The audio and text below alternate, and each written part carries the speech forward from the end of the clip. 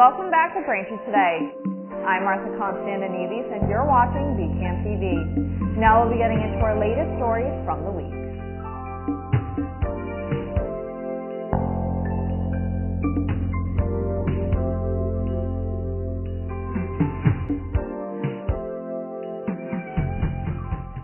Welcome back to Braintree Today. I'm Martha Konstandinidis and you're watching BCAM TV.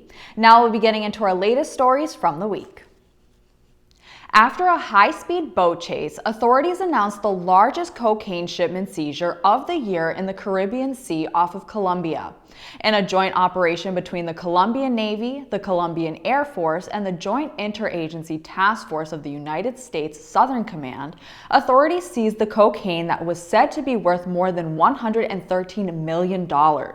After a chase that spanned several miles, the boat was finally intercepted. Officials said 3 Colombians, 1 Honduran, and 1 Venezuelan who had been on board the speedboat were detained, and subsequent testing confirmed that the boat had been carrying 3.7 tons of the drug.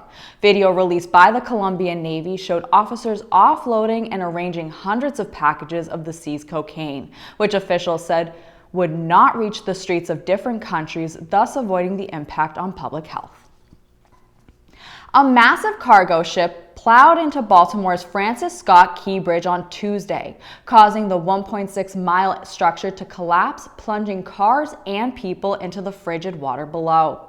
Shortly before 1:30 a.m., a flagged container vessel called Dali lost complete power. Video of the 95,000 gross ton ship approaching the bridge shows lights on the vessel going off, then turning back on, likely due to an emergency generator activating after the initial blackout. But the ship's engines never started running again. 8 construction workers were fixing potholes on the span when the ship hit the bridge. Among the 8, 2 were rescued and 2 others were found dead. Search efforts have been paused for the 4 other workers who are presumed dead.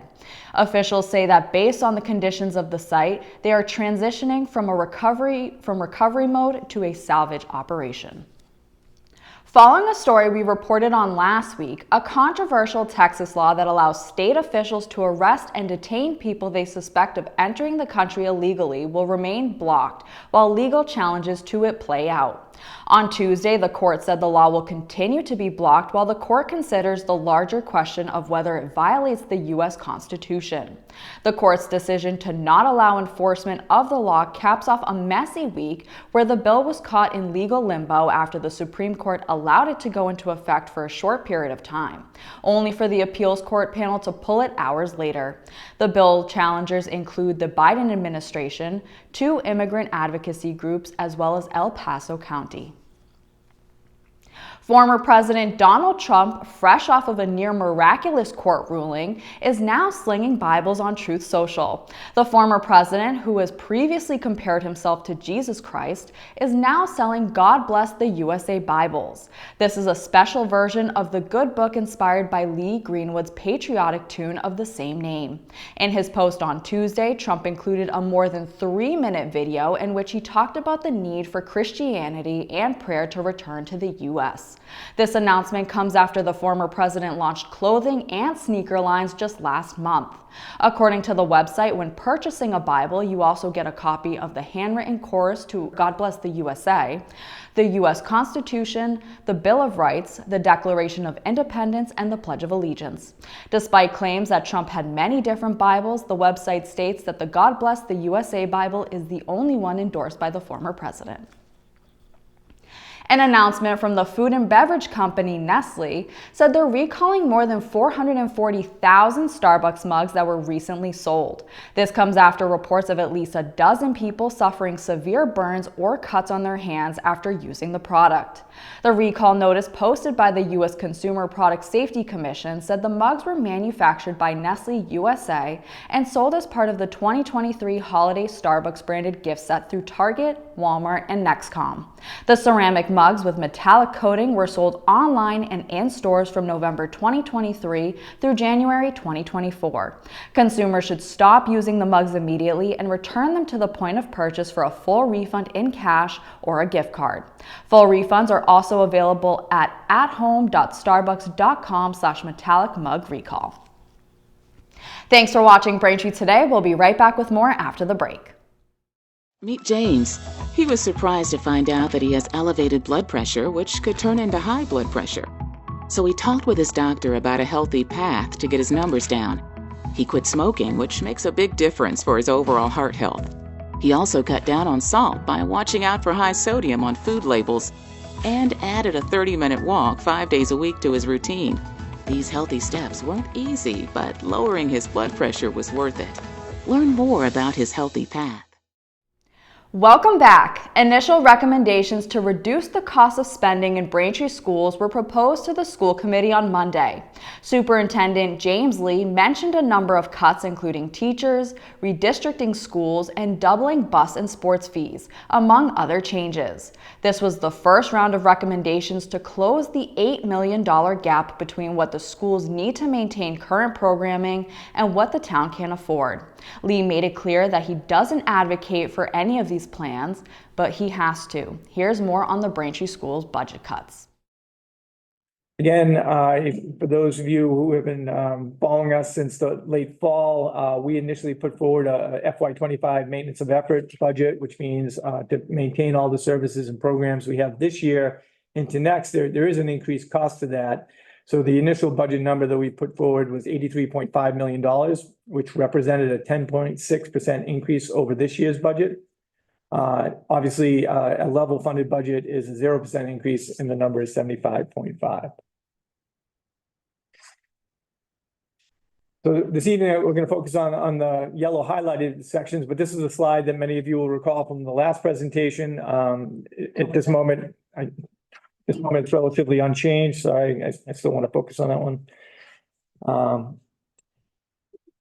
Again, $600,000 in increased fees, reduction of supplies, software, and textbooks of $100,000, reduction of administrative support district-wide, $240,000, reduced special education positions by restructuring roles and responsibilities, $200,000, reduced professional development by district-wide, that's $100,000, reduce elementary sections by increasing class sizes, that's $2.1 million. Reduce specialists in the elementary middle school area, $230,000. Reduce middle school positions by increasing class sizes and reconfiguring team structures, that's $1.125 million. Reduce high school positions by increasing class size and limiting access to elective and AP offerings, $1.35. Consider closing one or more schools, $500,000. Reduce elective opportunities at the middle and the high school level, $675,000. Reconfigure central office leadership team support structures within the district, that's $600,000. And if my memory serves me, that's $8,008,000. But that particular chart that you see before you is what $8 million represents in a school system our size. With budget cuts becoming a hot topic in the town, Braintree parents, teachers, and students are opposed to the town's plans of make up for the $8 million deficit next year.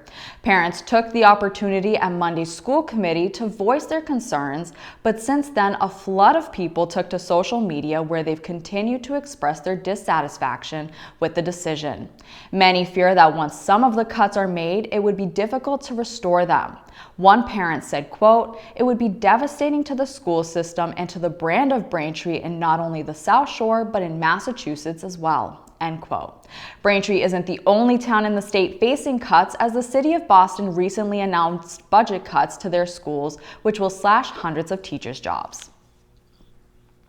The rezoning for the property occupied by the St. Thomas More Church is still in the works. Braintree's Ordinance and Rules Committee met on Wednesday night to discuss rezoning the property, but residents were opposed. Developer George Clements was present at the meeting to discuss his plans for the property moving forward. Due to disagreements between the developer's plans and the locals, the committee voted to table this vote to their next meeting. Here's more from the developer on proposed plans. Thank you. Good evening. Thank you for your time this evening. Just to kind of reiterate some of the points that Mr. Modestino made. We've been working with the Archdiocese on this property for the better part of 3 years, knowing that there was a closure coming to the Archdiocese. So we've been working closely with them. Being a resident in Braintree and a local developer, I see this as a great opportunity for the town and a local developer to actually open up dialogue. Right now, what we have is we have a piece of land which has specific zoning. I would argue that the zoning, Residence B, is probably the worst type of zoning for this development.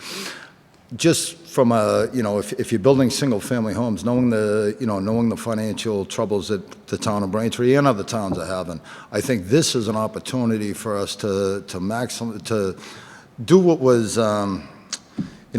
with the master plan, we spent, several $100,000 on creating a master plan. We spent several years implementing that. We know what that looks like. I would say, if I were tasked with somebody handing me a copy of the master plan, which was created townwide, and asked to design a project, I think that's before you this evening. Now, I'm not, there's been a lot of discussion about, if I get a zoning change, how many units will I do? I think that we've spent a lot of time, effort. We know what we see to be appropriate for this land, and I think 48 townhouses at 55 age restricted is totally appropriate. And I think it does a lot of things. We're preserving a lot of the open space. That's one of the big things that were discussed in the master plan. There's not a lot of opportunity to preserve open space. We're an old town, so land area is a premium. So I'd say, I'd encourage the community and the various boards to take a hard look at what we have before us, which I find to be an absolute amazing opportunity to have such a large parcel. So I think it's in everybody's interest to move this forward so that we can continue discussion. Without a zoning change, we wouldn't be here this evening. We wouldn't be having the discussions that we've had with the neighbors. The neighbors wouldn't have an opportunity to really voice their concerns. So while I understand change is difficult, I certainly see that, but I hope that they also recognize that without this process, they do not have a voice. Local officials are continuing to warn residents about swimming in the Inadequate River. District 3 Town Councilor Elizabeth Maglio posted a video on social media showing how sewage and stormwater was being disposed of into the Fore River Basin. In her post, Maglio explained doing this prevents a mix of sewage and stormwater from backing up into residents' basements. The area becomes more polluted every day and is not safe for swimming, fishing, or other recreational activities. Some residents were displeased with the footage and are calling out the mayor's office. According to Maglio, more information about mitigation and funding will soon be available to residents. The Norfolk County Mosquito Control District has announced it will be using helicopters to spray for mosquitoes this spring. The potential spring aerial applications will be targeting mosquito larvae in the larger wetlands of the district. These potential applications will be conducted over specific large wetlands, including the towns of Braintree, Quincy, Randolph, Weymouth, and more. Any potential applications may be conducted between April 4th and October 28th, 2024. For further information, head to norfolkcountymosquito.org. The Braintree Music Department announced they are partnering with Custom Fundraising Solutions to host their second annual mattress sale. All mattresses are brand new, made to order, come in all sizes, and have full 100% factory warranties. Twins start at $199, full beds are $289, queens are $299, and kings are $499. Delivery and pickup will be available 10 to 12 days after the sale, and for one day only, the Braintree High School main lobby at 128 Town Street will be transformed into a mattress showroom.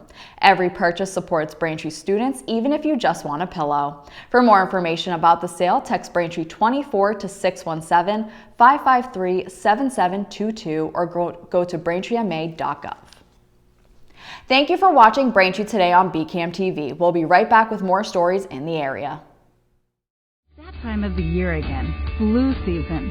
Getting vaccinated against the flu and COVID-19 can help keep you, your family, and your community healthy. You can even get both vaccines at the same time. Visit mass.gov/flushot to learn more. Welcome back to Braintree Today. Now let's get right into more stories. The United States Postal Service is warning Massachusetts of a widespread scam known as smishing.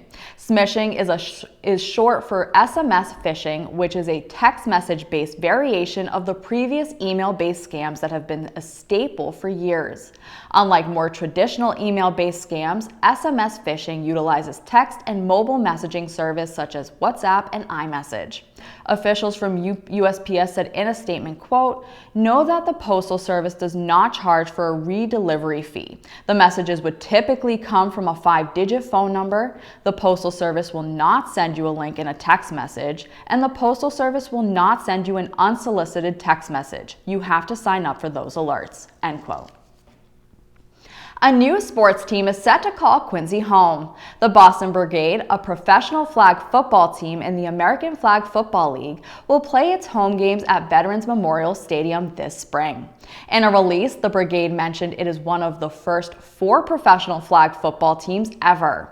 The Brigade opens the 8-game season on April 27th in Las Vegas and concludes it on June 15th in Nashville before the championship game held on June 22nd in Dallas. The team will play its first home doubleheader on May 11th against the Nashville Nighthawks and Las Vegas Lucky Sevens. Game starts at 1 p.m. and 7:30 p.m. You can get tickets now at AFFL.com/Boston Brigade/tickets. A Weymouth man won the 7-figure lottery prize after a quick coffee run. Christopher Miller won the 7-figure windfall playing the $2 million 50 times cash word $10 instant scratch-off game. Choosing to take the lump sum instead of annuity, Miller is going to use the money to take care of his parents. Miller bought the ticket at Nuria at 719 Gallivan Boulevard in Dorchester while shopping for his morning coffee. The store will get a $10,000 bonus for the sale. A public access television producer in Avon is producing a show about the Quincy shipyard. He is looking for former shipyard workers who would like to talk about their experience there. If you're interested in sharing your story, please contact Bruce Lane at 508-510-3944 or email him at crkrbrl@msn.com. We all know that prices have been rising on almost everything from food to gas and more, and somehow inflation is still not under control. Now, according to a new study, Boston residents need to make the 5th highest wages in the country just to live comfortably in the city. The data showed single adults need to make $60.08 an hour before taxes, or 4 times the state minimum wage to live comfortably in Boston. The report from financial advising company Smart Asset says that Boston families with 2 kids must make more than $300,000 per year to raise them comfortably. The only cities that ranked higher in cost were Santa Ana, California, Irvine, California, San Jose, California, and New York City, New York.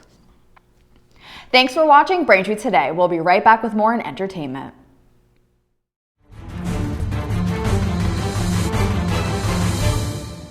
Hi, I'm Tom Lyons, a retired captain from the Quincy Fire Department and the author of the book Fighting Fire, A Proactive Approach. Do you know that electrical failures are the 3rd leading cause of home fires? Cords and plugs led in this category, while extension cords dominated this category. To avoid these fires, plug heat-generated appliances directly into an outlet. Do not use power strips or extension cords on these appliances. Power strips are designed for use with electronics only. Do not put electrical cords underneath rugs or pinch behind furniture. Do not overload outlets. Charge laptops and phones on hard surfaces only. Finally, if an electrical device is not working as designed, it is time to repair it or replace it. Be conscious of your home environment and be safe, and thank you for doing so. Welcome back to Braintree Today. Today in entertainment, we have 3 movies and series recommendations for you to watch. But first, here's some entertainment news. The homes of Sean Diddy Combs in Los Angeles and Miami were raided by authorities on Monday as part of an ongoing sex trafficking investigation. The search has come after Rodney Jones filed a lawsuit accusing Combs of sex trafficking, sexual abuse, forced drug use, fraud, sexual assault, sexual misconduct, and grooming.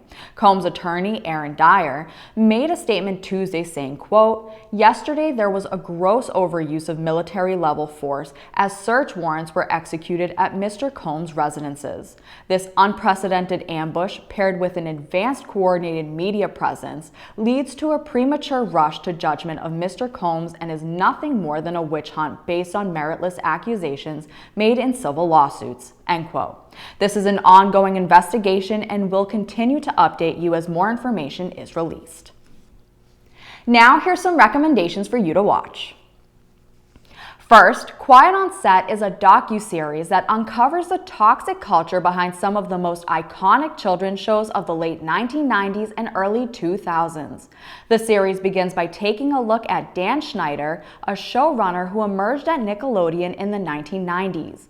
Former child stars and crew members discuss their experiences and reveal the truth about an era that inflicted lasting wounds that are still felt to this day. The show, which aired its originally scheduled fourth and final episode on March 22nd, announced they'll be releasing a bonus episode titled Breaking the Silence on April 7th. You can watch Quiet on Set now on Max. Next, Roadhouse follows ex-UFC fighter Dalton, who takes a job as a bouncer at a Florida Keys roadhouse, only to discover that this paradise is not all it seems. The film stars Jake Gyllenhaal and Conor McGregor. You can watch Roadhouse now on Amazon Prime. And finally, Poor Things follows a young woman who was brought back to life by an unorthodox scientist. A whirlwind adventure across the continents frees her from the prejudices of her times and allows her to grow steadfast in her purpose to stand for equality and liberation. The film stars Emma Stone and William Dafoe. You can watch Poor Things now on Hulu. That'll do it for news today. Remember, if you're a customer of Verizon, you can watch BCAM TV in high definition on channel 2128. I'm Martha Konstandinidis, and thank you for watching Braintree Today on BCAM TV. We'll see you next time.